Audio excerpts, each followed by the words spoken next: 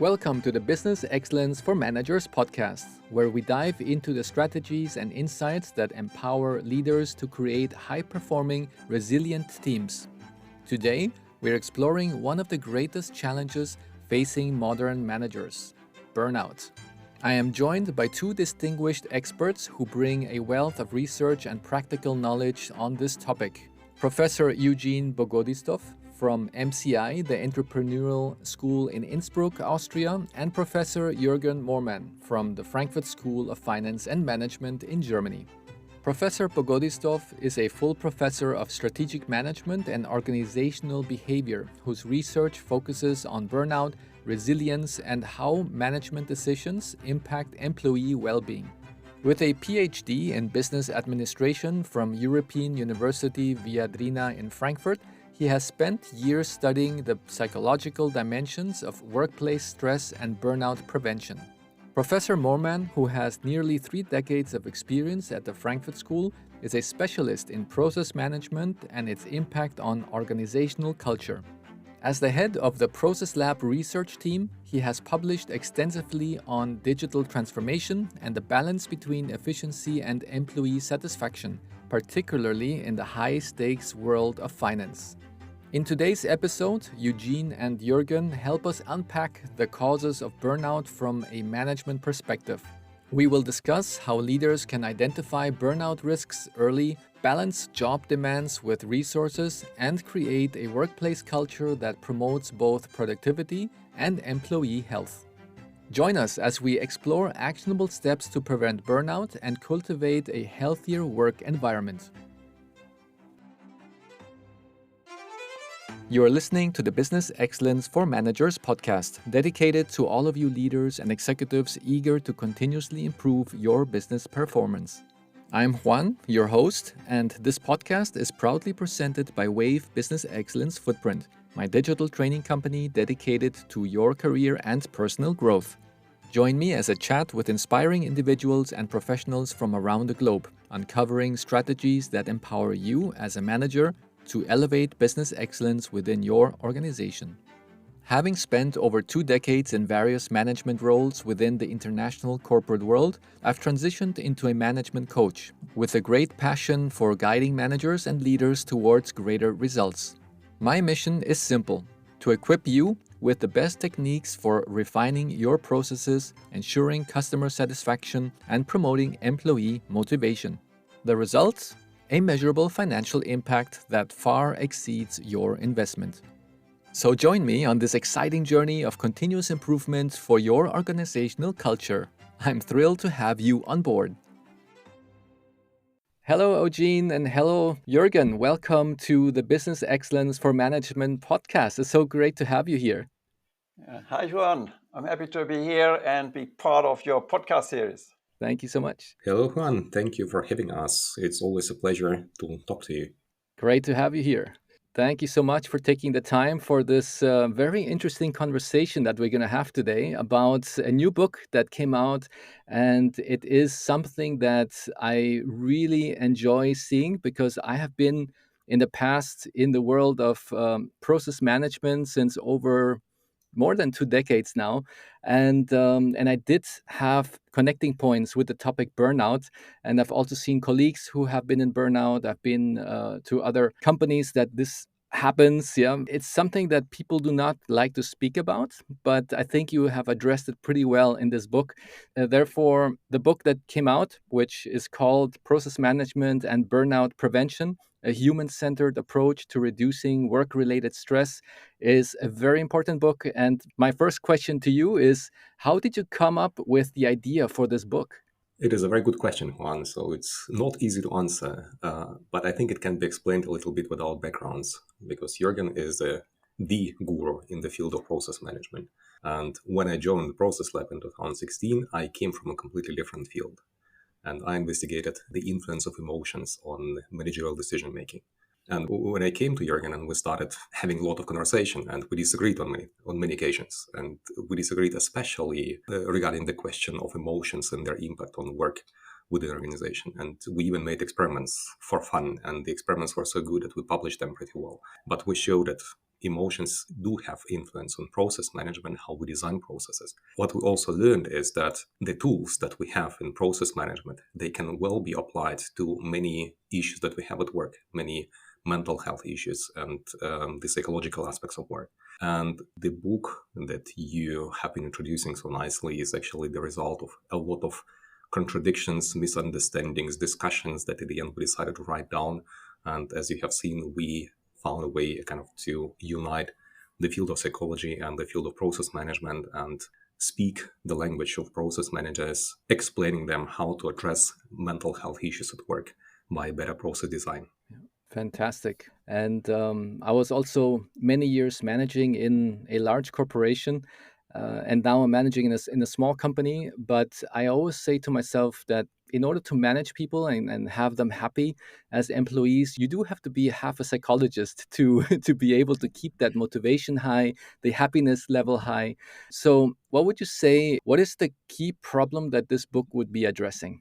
Well, we see how competitive pressure is increasing worldwide, and which makes it necessary to constantly improve the company's performance. And as we know, the market is brutal. Companies don't make it, will be forced out of the market.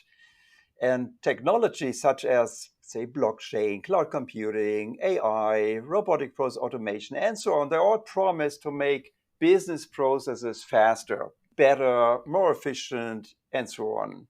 And that means whenever a new technology or process is introduced, it is expected to handle more transactions, serve customers faster, and finally reduce cost. And all under the motto, well, it's much easier now than it was when we didn't have emails, Excel sheets, or SAP software or others. But then, on the other hand, burnout and other mental overloads among employees are drastically increasing. So burnout is even called the disease of the century.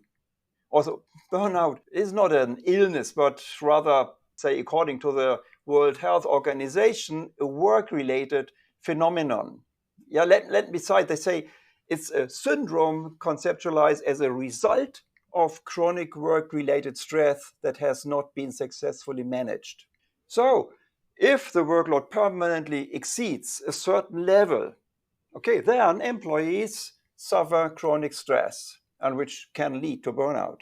And even if burnout is not classified as an illness, it typically leads to a sick leave to give those who are affected the opportunity to recover. And the medical diagnoses have a wide range. They range from back pain up to severe depression. So that's a core thing. Yeah. And you can see that as a result of something like this happening, if people go into a sickness leave and they disappear for several weeks and sometimes months, then the consequences are not only for these people severe, but for the whole organization. Imagine you have a team with 5 employees and you distribute the work evenly, and everybody has, due to process improvement, already almost no buffer for the resources. And then one of these employees gets into the state of burnout. Then she or he disappears for several weeks, and the same work will be distributed over other people, which will lead to the consequence that even more people will be overusing their resources, will be overloaded in their resources, which will have a kind of chain reaction on your team, that even more people will get into this chronic stress. If you are happy, if you are lucky, the one person, the first one, will come back and help the others. But if the sickness leave is long enough, then it can happen that you may start losing even more people. And this interesting leads to kind of 2 main consequences within the organization, that you have 2 big poles within the organization. Those who say effectiveness at any cost, we need to do something, we need to survive, we need to work, we need to be, working even harder, even more, even better. And those people who start a resistance behavior. And they say, no, we have to take care of well-being, of mental health, family-friendly things. And I don't know how it is in your organization, but the organization that I observe, usually there's like 2 competing poles fighting with each other. Sometimes observe departments where 3 people say we have to work even harder and 3 people say we have to take care of ourselves. And people speak from these poles as if they are from different, but actually they are not so different. They come from the same reason. They come from the same idea of the not well-organized processes that leads to the fact. And they're kind of both are true, but they are kind of seem to be contradicting. But if you address the issue the core issue, the how well your processes are organized, then you can address both poles. You can remain effective and efficient in terms what is regarded from the market, and also make people feel better and make people less exhausted at the end of the day. So avoid the state of this chronic stress. Fantastic. Yes, there's definitely that strong correlation. If you put too much pressure, then, as you said, that the stress levels go up. And if stress levels go up, stress just triggers many different illnesses in the body. And if you have employees who are not well, then how is the business supposed to run well? Because at the end of the day, you need your resources to be able to do their processes properly, to be able to have the energy to be with the customers and produce the best quality outcomes. I always see that correlation that if you do not have happy employees, that you also do not have happy customers. And if the customers are not happy, then the management is also not happy of that company because they're not producing what they should be producing. So it's really like a spiral. Yeah. So if I think about this book, when you were writing the book, who is mainly intended as the audience of that book? I mean, burnout and other mental health issues are found at all levels of the hierarchy. And therefore, the audience is employees, and this includes managers in all sorts of organizations. Interestingly, the feedback to our book shows that the problem we address not only occurs in commercial companies, but massively in public administration. This could be to the pronounced function-oriented hierarchy in these organizations. But finally, the question is, who can really change something? When we look at organizations, those are the people who are responsible for process design. And these are process managers, process owners, consultants in this field, like you, and anyone interested in transforming exhausting, mentally demanding work into pleasant workplaces. So I think this is really the core target group. Yeah. And I think that's also very good for, first of all, of course, for the managers who are aware of this topic, because many managers just try to ignore it. They just try to say, okay, I know it exists, but it's not in my situation. And I think lots of managers that I have met, they just do not like speaking about it. It's like, let's just say there's a topic that a lot of people don't like to speak about is death, or when one gets old, what happens when you get old. But this is a similar topic. I have that feeling. It's like burnout. Yeah, that people don't like, especially managers, they don't like to speak about burnout because they take it sometimes personally, that they say that they feel as a manager that they are the ones causing the burnout. And perhaps it's the reality and perhaps it's not really reality, but that's what we're going to find out today. Therefore, my next question is, what were some of your findings that you had in this research when you were creating this book? So, Juan, first I want to say that one of the findings is that we know many managers, and I even know one manager who prohibits or asks not to use the word burnout, although I said that people know if it is a state of burnout, so you will not confuse the tiredness or something else with burnout. So it's very hard to confuse the state. All people know because it's the topic of the century. We read a lot about it. But we have many other findings. I think we conduct a lot of research, and even in public administration and for-profit organizations and small firms and big firms. But I think what is most important for the listeners of the podcast is the key takeaway that we have in this book from academia is that we introduce the job demands and job resources, which is not new. We know about it for about 20 years, and there are several professors like Professor de Maruti, Schaufeli, and Baker who developed this theory. But what we found that this theory from the field of psychology is compatible with what we have in the field of business process management. And this is something important. We can speak the language of process managers when we explain psychological issues. First of all, we focus on the job demands and job resources. Yeah, Eugene, I would like to add that the approach taken in our book allows managers to first and foremost evaluate the individual job demands and then design better tailored processes. I think this is very important, maintaining the same or even a higher level of efficiency and effectiveness. Of course, we need both. We are not living on an island of the blessed. No? And in the long-term perspective, well, we think that such processes can elevate a company to a new level. Yeah, I just also would like to add to what Jürgen just said, that one understanding what elevates a company is the job demands and job resources. We need to understand what are the job demand, because in this event we speak about not the demand for screws, we speak about psychological job demand and physiological job demands. Like different types of work may require emotional labor. You have to talk to clients, you have to be positive, you have to smile. And this is, interestingly, depleting your mental resources. Try to kind of work with the Excel sheet and hours and then try to speak 2 hours to a client. You will see that you will completely in different state of mind at the end of this and kind of equal to our tasks. And this is what we actually introduce in our book. Yeah, fantastic. So you can say that the concept of job demands and job resources is the underlying model of your book. Is that right? Yes. Yes and no. So we Uh-huh. At the same time, we have a lot of research in the field of process management, and we coincidentally started collecting data about burnout because of our partners in Ukraine. And they wanted us to investigate their issues, and one of them was burnout, and we wanted to investigate our issues, which were process innovation that was happening at that moment in Ukraine. And while collecting the data, we saw that things are correlated, and we saw that if there is process transparency, then the physicians, we made it with physicians in Ukraine, they have lower levels of burnout, or they don't get into the state of burnout if the processes are more transparent, clear, understandable, clear supervision, and so on. And when we tried to explain it, we were searching for theories that could explain, because burnout was not the thing we were aiming at. And we found this idea of job demands and job resources. It's called the job demands resources model. And yes, we started introducing it to process management. Okay, let's say the psychological resource that you have is your energy, can be mental energy, emotional energy, and the job demands are the things that consume this energy, like time pressure, conflicts with others, job insecurity. These are the things that make you exhausted in the day. Imagine you go to work and do whatever you do usually, and the same work, but you know that you might be fired at the end of the month. All of a sudden, the same work will exhaust you more. So you will come home and completely tired, depleted, and so on. If it takes over a long time, something like burnout may occur. And as you see, we have the job demands, the psychological, physiological job demands. These are the aspects of work that deplete your energy, that drain your energy. And at the same time, we have psychological and physiological job resources, because your work can also give you energy.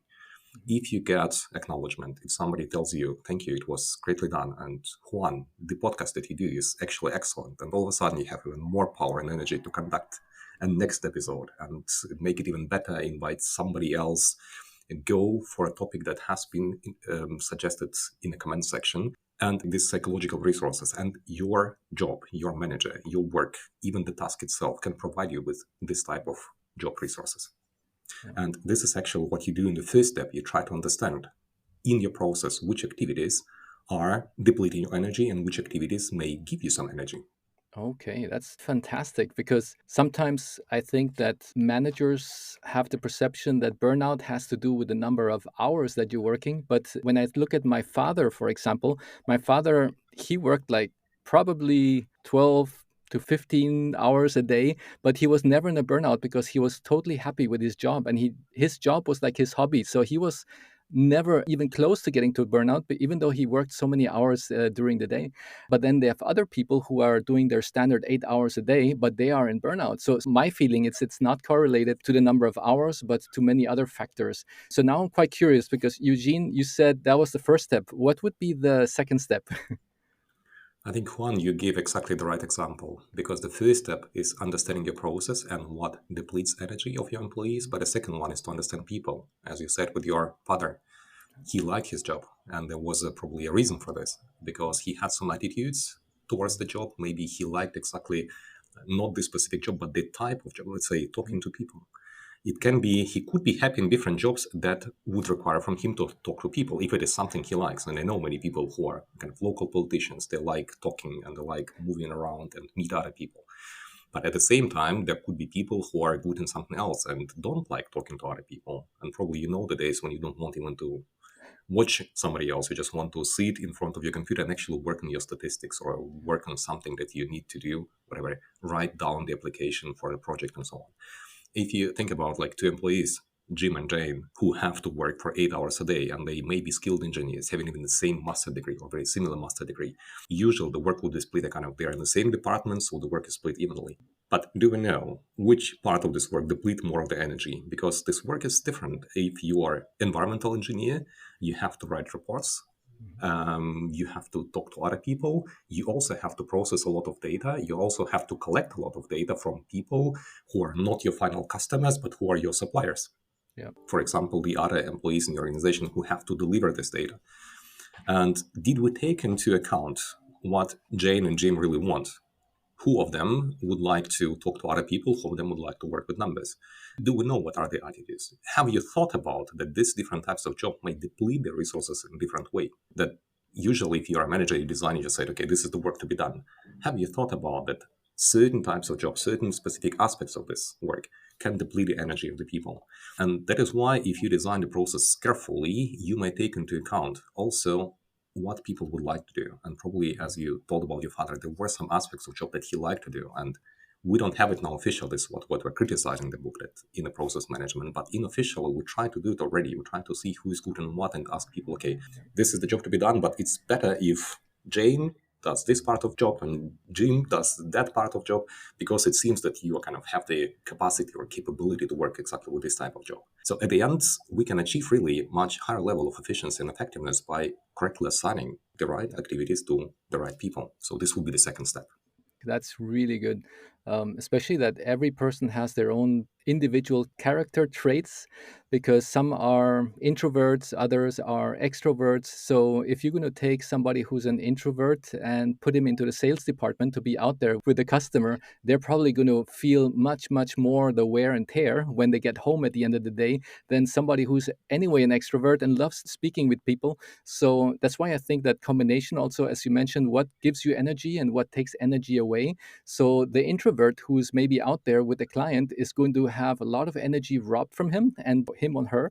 And this person, when they're at home at the end of the day, needs perhaps more hours to recuperate from that meeting than a person who is an extrovert and gains energy by speaking with others. Yeah, so that's really where you get to know how does that energy work for some of my employees, and what are the things that is really going to rob their energy away, and they will need the rest after that. Yeah. Let's now take a quick break to mention that the sponsor of this podcast is Wave Business Excellence Footprint, my digital training company deeply committed to your career and personal growth. On our website, www.wave-bef.com, you can find more than 20 courses tailor-made for managers and for employees aiming to become better each day. One of the most sold courses for managers is the Lean Six Sigma for Manager certification, a year-long program that boosts team motivation, improves customer satisfaction, tackles process issues, and improves company culture. For your employees' development needs, our top courses include the Lean Practitioner certification, addressing real process problems. Additionally, we offer the Green Belt and Black Belt certifications, equipping individuals with new skills for impactful projects that bring measurable results. And do not miss the Presentation and Communication Skills course, perfect for improving presentation abilities, whether it's online or in person. Head over to www.wave-bef.com for more information. My next question would be, has the field of process management failed in your view? Well, I'll try to answer this question. And first of all, there is no denying that major progress has been made in the field of process management over the last, let's say, 2 to 3 decades. If you think of the ancestors of process management, Michael Hammer, James Shamby, and others. So, and methods of lean management, Six Sigma, and business engineering have certainly contributed significantly to our productivity growth. And many processes have only become possible thanks to new technologies. So this is exactly what Hammer and Shamby were highlighting. And the ways of automation and even extend the digitalization have almost perfected our resource allocation, for example, capacity management. However, what has been neglected today is so-called the other resources, namely what Eugene mentioned, the psychological resource of employees. which is, for instance, the consumption of mental and emotional resources due to, let's say, time pressure, conflicts with others, job insecurity, and so on, as well as the physiological resources. Consumption of resources due to shift work, maybe health risks, and other sorts of physical overloads. And the thing is that technologies such as AI are used to make work faster and better. But better for whom? We believe in this sense, process management has reached its boundaries. It really puts us to think, yeah, to see the direction how things are going today, and also the speed at which we are heading.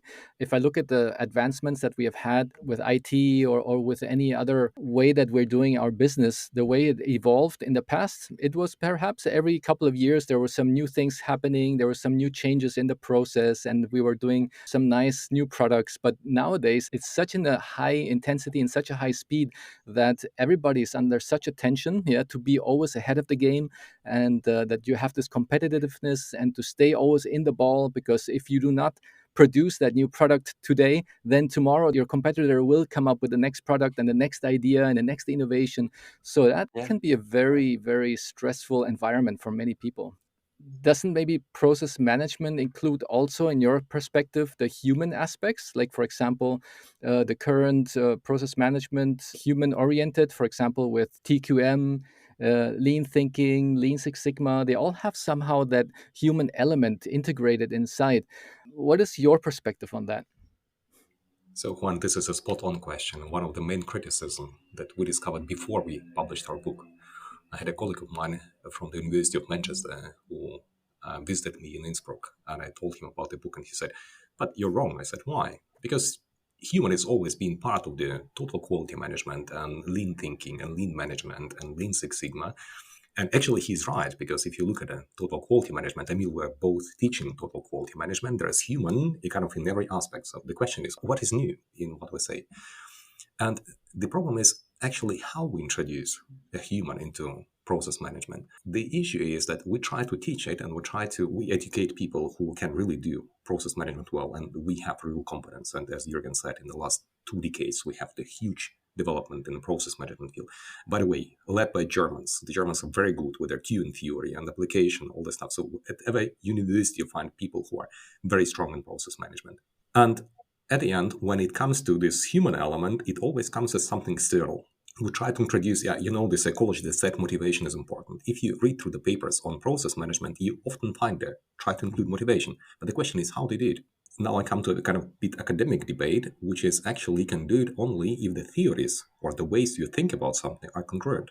And process management comes from the classical economic theories. We have the supply and demand, and they should outweigh each other. So if there is a machine and equipment that requires a certain number of screws, then they have to be delivered. There are customers, they would require a certain number of product or services, and they should be delivered. So there's supply and demand.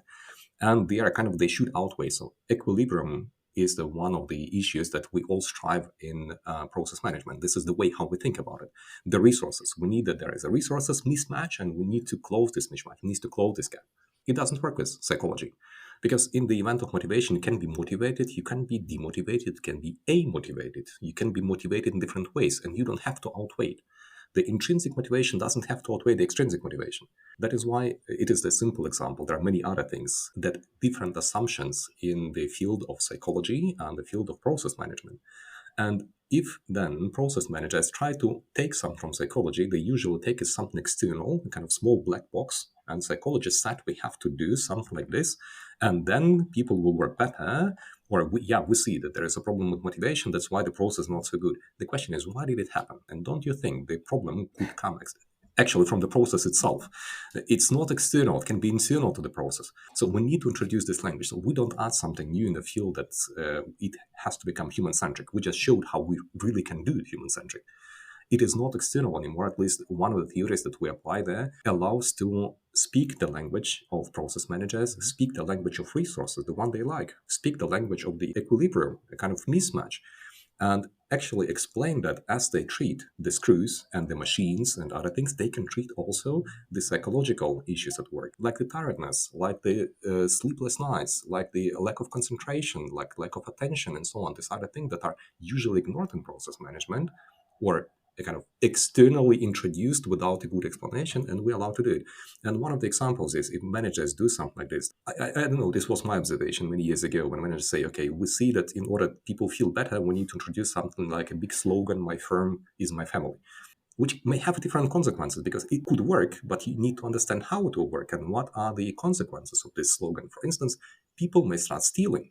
Why? Very simple, because in your family you don't steal. If there is a cake, it belongs to the family. I don't steal the cake from my wife. So if you introduce something like this, it's fine. People understand it like if I take a pen, or I take a pencil, or I take a sheet of paper to home, I will also bring some things from home to work because it's now my family. And managers get completely upset if something happened just because of this lack of understanding and importing things without a kind of deep understanding, without being able to incorporate it into the language of process management and then applying them and then having a kind of unintended consequences on every stage of the process. Let me add one aspect to your question, Juan. With regard to human aspects in, let's say, traditional process management, of course, the original Kaizen and Gemba approaches come to my mind. And in the Japanese original, both were always considered in parallel. Process improvement, that means measurability, avoidance of idle time, etc. And Jidoka, that means the human perspective. For instance, avoiding overloading employees, using them in line with their skills and training and so on. But I think much of it was lost in the English translations and during the US-driven Six Sigma hype.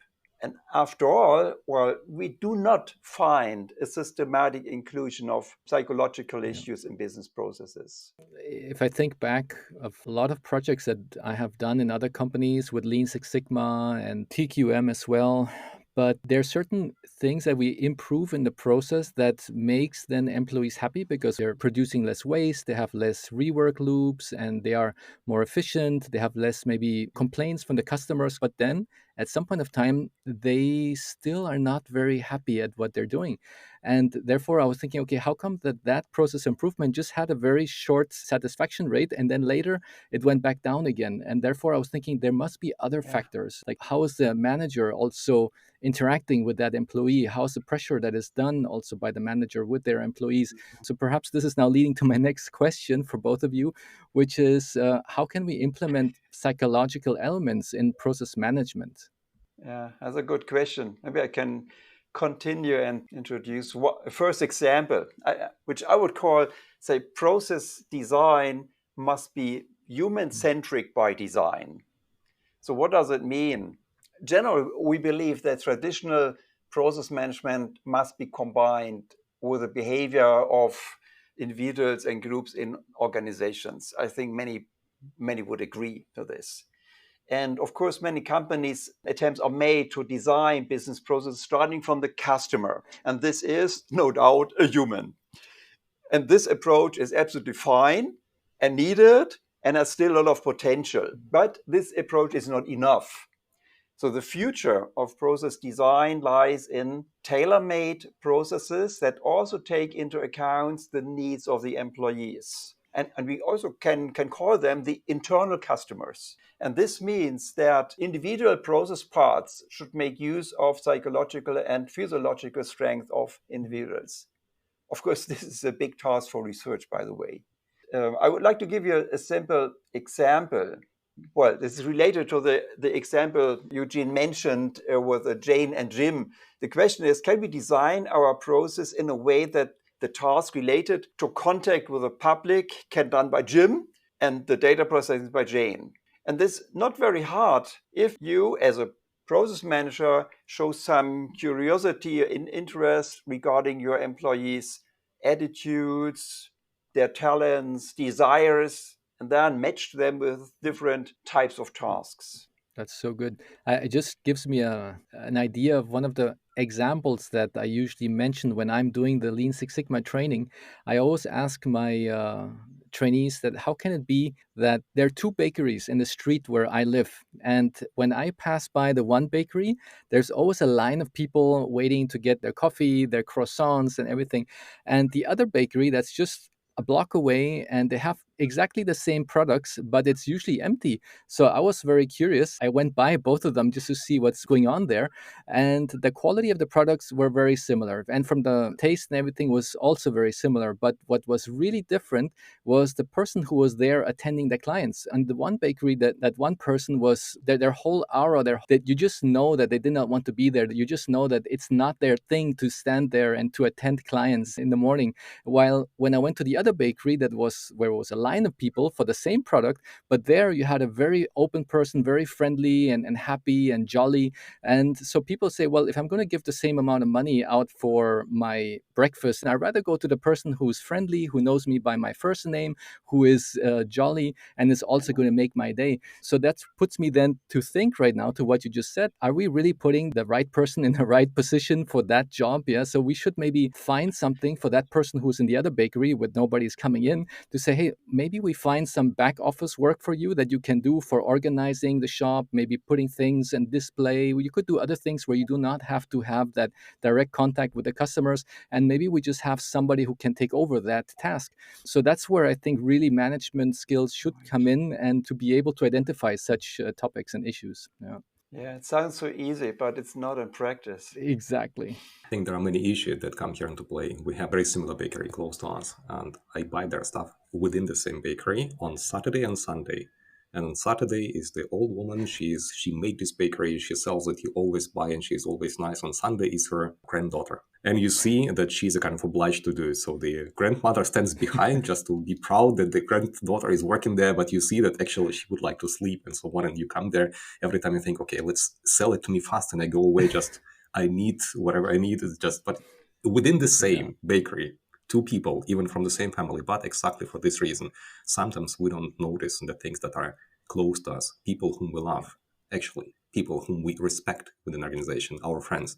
We may not notice the issues that they may have. But if I can jump in, the second issue, but I would mention, Jürgen already mentioned the talents, that we can use technology for this one. And yes, of course, you can just ask people, how do you feel when you buy bread in this bakery and so on. But we have a lot of technological solutions, and now especially with AI and with the cloud computing and with many technologies, we apply them actually to speed up the processes, the regular work, how we process the data in data sheets, how we, create tables with write reports. But we can apply the same technology to trace how people feel. And I give you an example, which has been criticized recently by the conference. At a conference, I gave the same example, and I said I would be fine if my supervisor knew how well I slept, because next time they will decide what kind of tasks to give me, they may think maybe I slept not so much and I shouldn't receive this task because it will overload me and the quality of result will be not so high. I don't mind if she knows how well I slept, and maybe she might stop thinking, if she knows more about people, that we do have some hard weeks, and this time we need to reduce the workload just because people have to go through. Otherwise, you don't know. People come there and sit.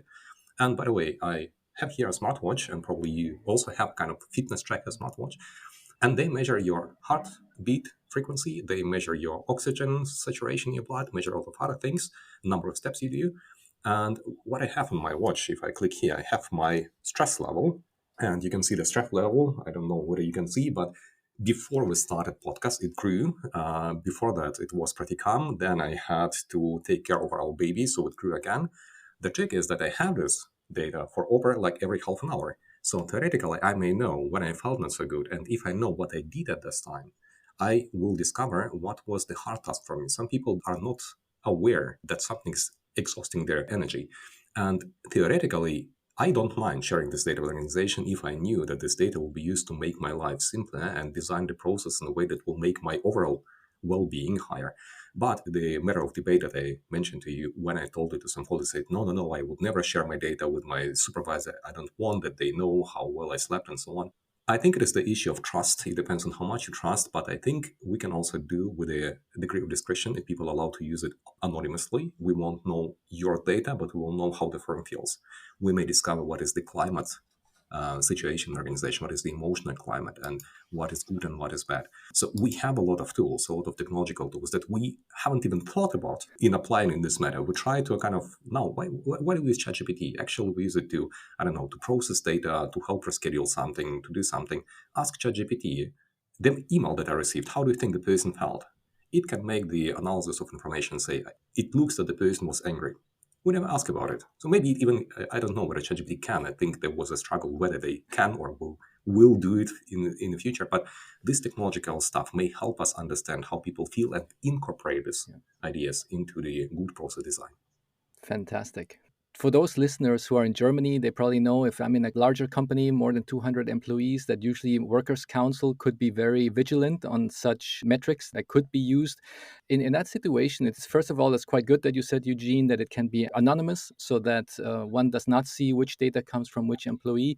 And on the other side is that if you have a team that is 4 or 5 people, then you can even summarize the data and say, okay, we will take the average of my 5 people that I have in my team. So you don't have to see the individual data points to see who slept the best last night or who had the most steps, but one can just see how is the average number between all of the scores of all my team members. Because this could be another way that I think that Workers' Council would probably be able to accept. Yeah.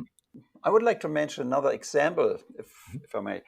And this could have the headline of innovation instead of improving existing business processes. Because looking at previous technological developments, they mostly aim to simplify our lives. Chatbots like ChatGPT are designed to mimic and accelerate human communication and work. For instance, programming work, writing emails, proofreading, which is important for us in research, for instance. Platforms like MetaX and TikTok want to promote the exchange of experiences. Well, and of course, smartphones make us available anywhere, anytime. But the question is this really a simplification of life? Instead of developing cars or new cars, the use of technologies often aims at just creating faster horses. I mean, the new technologies make our process more productive in the sense of traditional process management. But there's less and less of truly human contact, and also less and less attention to the feelings and preferences of individuals. And therefore, instead of, let's say, in quotation marks, improving existing processes, we need real process innovation. That means radical change in the process design towards human-centered workflows. Absolutely. I think this is important. Because so far the innovation has been always set the energy on the product and service, but never on the employee. That's a very good point. Right. If you look at, for instance, at a simple process like recruiting, we not only need to pay attention to the skills and grades and so on, but also to the very last lines of a CV, hobbies, for instance.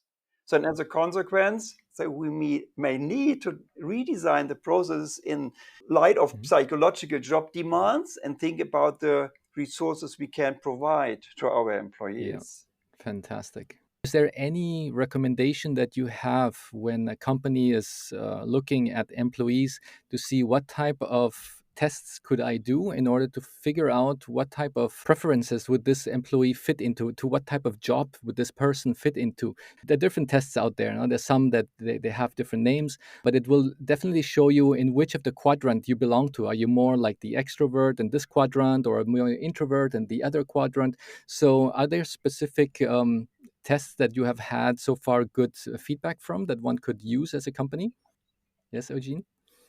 I used to work as a manager, HR director in Ukraine in one of the firms for about 1.5 years, and we constantly cooperated with a researcher. She was a scientist from the medical university from the city of Dnipro. She actually, it was part of her dissertation research, but also she, I think, made it as a part of her business. She tested people and she developed a kind of combination from different tests that looked at different aspects. And it of course depends on what exactly you want to do, what you want to address. For each different process, you may have different thing that might be important. If the process is about the attention and attention check, yes, there are tests for, I think they're called pedantism, for this attention, where you can find certain numbers in the row of letters and so on. If you want to test the motivation, are you motivated towards receiving the final result, or towards the communication with other people, or towards something else? So there are tests for everything, and it should be tailored for the process. So there cannot be a universal solution. Here is the test, 30 questions, make it, and you can resolve the issue. If it would be the case, we wouldn't need to write a book. We would just make a short paper, 5 pages, with a question and answer, and here is the solution to the world. But through thinking about the process, what exactly you want to design, what are the important aspects of the process, and what can be job demanding within these activities, within the process. You can think about, okay, it seems that emotional labor is an issue. For emotional labor, the questionnaires, so you can use them. And don't only think about questionnaires. There are many things like observation. You can just talk to people. You can ask people in an interview, like just informally, do you like it or don't you like it? And don't be scared to be driven by your intuition. And you already mentioned the effect when you ask managers about burnout. They usually would observe their face. Yeah. They can avoid it in different ways. They can avoid it in the sense that people don't even understand what it is, or you see on their face that they do understand what it is, they just don't want to talk about it. Yeah. The same happens here. If you just ask people, your intuition were very good in recognizing emotions of other people. You will notice if somebody is not comfortable with this issue, and this would be an indication probably this type of job should be given to somebody else. But maybe another task can be given to this person. So there are many ways how you can do it. Question is only one of them. Observation, the second one, and your intuition is also a very good way to go. Fantastic, yeah. And I think that's where it's the importance of having the hiring manager or someone from HR who has a high emotional intelligence, where they can feel what the other person is feeling and they can put themselves in their shoes, that they can have that type of sensitivity to really know that what type of person is in front of me and what would be the right fit for that person. So therefore, coming to my next question, is it a new way? How do you see efficiency and effectiveness? This was the question I have been waiting for, because in your previous comment, or one of the previous comments, you mentioned that we have to design processes more effectively. And I thought, what is effective in this event? What do you mean by this?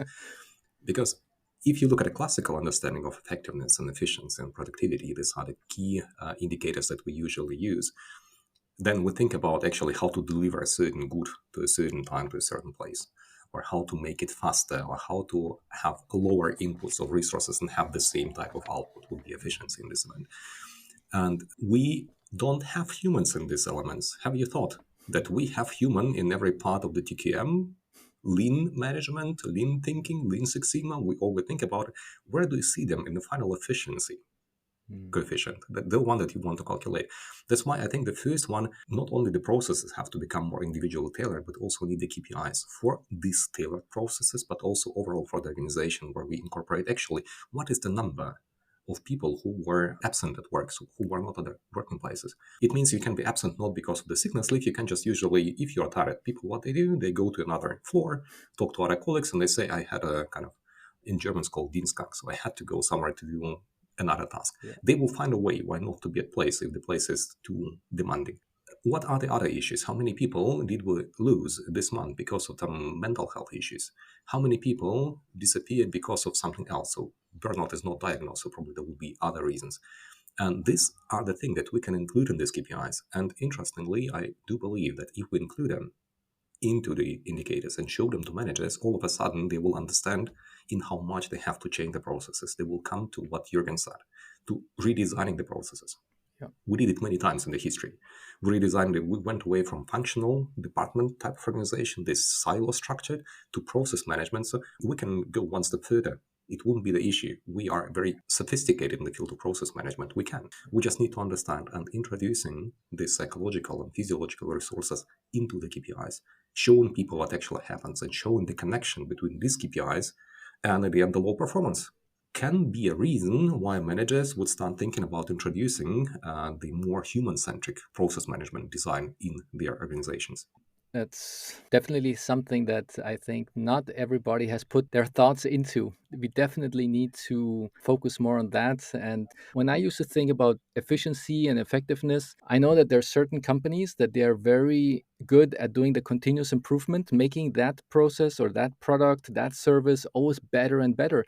And then was the question, what about the effectiveness? Is that product even updated in the market? Let's just say the Blu-ray player. If there's a company always optimizing the Blu-ray player, look, now we have 4 lasers, now we have 6 lasers, 8 lasers, and we're making it so good it can last you for 10 years. But I say, hey, but is this effective? Because there are other companies who are coming out with other products that is not anymore a Blu-ray player. So you're getting something, you're getting a product that you have more and more efficient, but it's already totally outdated in the market. So you're not being very effective at what you're doing in the business. But now the aspect that you're also speaking about with the human element, that's something that it brings in a total new game into perspective. Thank you for listening to the Business Excellence for Managers podcast. Today, Professor Yevgen Bogodistov from MCI, the Entrepreneurial School, and Professor Jürgen Moormann from the Frankfurt School of Finance and Management shared powerful insights into preventing burnout from a managerial perspective. They remind us that burnout isn't just a personal issue, it's a systematic challenge that leaders play a critical role in addressing. Yevgen's work on employee well-being and strategic resilience, along with Juergen's expertise in process management, gave us a fresh perspective on how managers can build supportive environments. As leaders, we have the opportunity to create workplaces where team members feel energized and balanced. In our next episode, part 2, we will continue with more practical strategies from Yevgen and Juergen, exploring how to set well-being metrics, recruit with mental health in mind, and manage processes that support team happiness and productivity. Until then, remember that a thriving team is the foundation of a successful business.